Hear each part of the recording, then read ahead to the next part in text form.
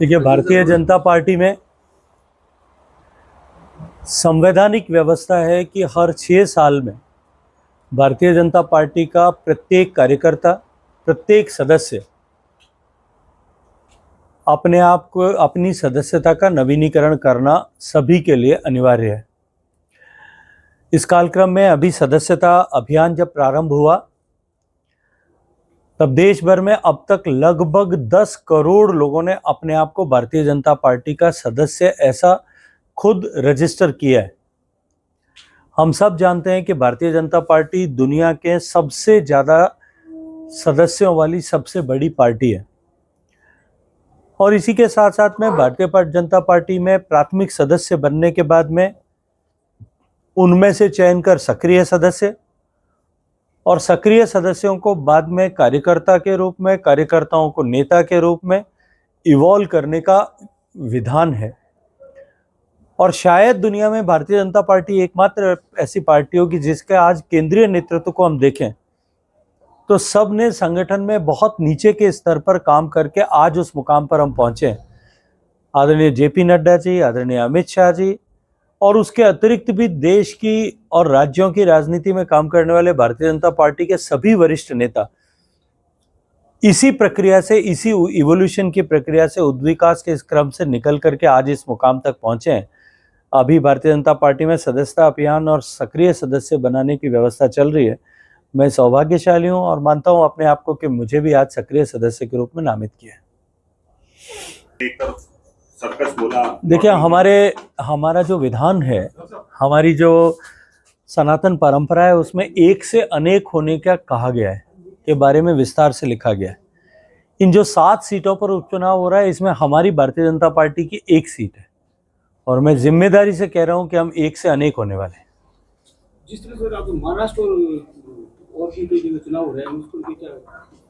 देखिए, जब हरियाणा का चुनाव हो रहा था तो मेरे मीडिया के सारे मित्र भी कांग्रेस पार्टी और इन विपक्षी गठबंधन के लोगों ने मिलकर के जिस तरह का नैरेटिव बनाया था उसकी धारा में प्रभावित हो गए थे। जिस दिन तक एग्जिट पोल आया था, जिस दिन तक जो है रुझान आए थे, तब तक सभी लोग मिलकर के भारतीय जनता पार्टी हारने वाली ऐसी चर्चाएं कर रहे थे। लेकिन डबल इंजन की सरकार ने जिस तरह से काम किया उसका परिणाम और प्रभाव हुआ कि हम एक बार फिर पूर्ण बहुमत की सरकार और ऐतिहासिक बहुमत की सरकार बनाने में कामयाब हुए। मैं आज पूरे दावे के साथ में आपको कह रहा हूं, याद करिए वो दिन जिस दिन एयरपोर्ट पर खड़े होकर के मुझसे पहले टिप्पणी करने वालों के काल अनुक्रम में मैंने कहा था कि ये सोम शर्मस्य पितृ कथा का ख्वाब है, 2 दिन में धराशायी हो जाएगा। आज फिर मैं आपसे कह रहा हूं और जिम्मेदारी से कह रहा हूं कि झारखंड और महाराष्ट्र दोनों जगह भारतीय जनता पार्टी पूरे बहुमत की सरकार बनाने वाली है। सर, एक और जम्मू कश्मीर में सरकार बनने के बाद आतंकी घटनाएं बढ़ रही हैं। देखिए, मैं नहीं मानता कि सरकार बनने का प्रत्यक्ष रूप से कहीं उसका संबंध होगा, लेकिन निश्चित रूप से कुछ घटनाएं हुई है। इन भारत की सशस्त्र सेनाएं, भारत के सेंट्रल आर्म पुलिस फोर्सेस और जम्मू कश्मीर का प्रशासन मिल करके उन सब के ऊपर प्रभावी कार्रवाई कर रहा है। पहले आतंकवादी घटनाएं होने के बाद में उनकी डेड बॉडीज को उठाने से पहले पथराव होते थे, घंटों तक और कई दिन तक उसके जुलूस प्रदर्शन होते थे।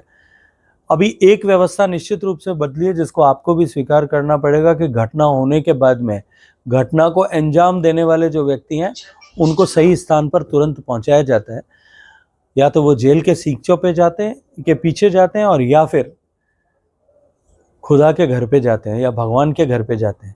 तो ऐसी घटनाएं करने वालों को जो है हम भुगतना जो है वो अपने अंजाम को भुगते हैं, इसको हम निश्चित रूप से सुनिश्चित करेंगे। मैं लगातार उनके संपर्क में हूँ। परिवारजनों ने पहले इस तरह का संदेह व्यक्त किया था कि शायद उसकी हत्या कारित की गई है या कहीं अनहोनी उसके साथ हुई है। डीआरसी की एडमिनिस्ट्रेशन को हमने इस विषय में आग्रह किया था। उन्होंने कहा कि समुचित जांच के बाद में ही, क्योंकि ऐसा विषय आया है तो हम ये बॉडी हैंडओवर करेंगे। वो जांच कल कंप्लीट हो गई है।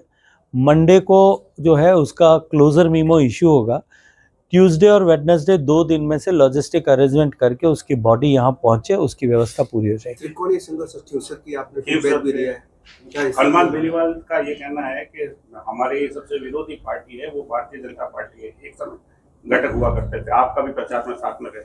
देखिए, भारतीय जनता पार्टी खीमसर में विजयी होगी और इसके अतिरिक्त भी जैसे मैंने कहा कि हमारी सलूम्बर 1 सीट हुआ करती थी, हम अनेक सीटों पर विजयी होंगे। भारतीय जनता पार्टी का कुनबा इस उपचुनाव के बाद में और अधिक समृद्ध और विशाल होने वाला है।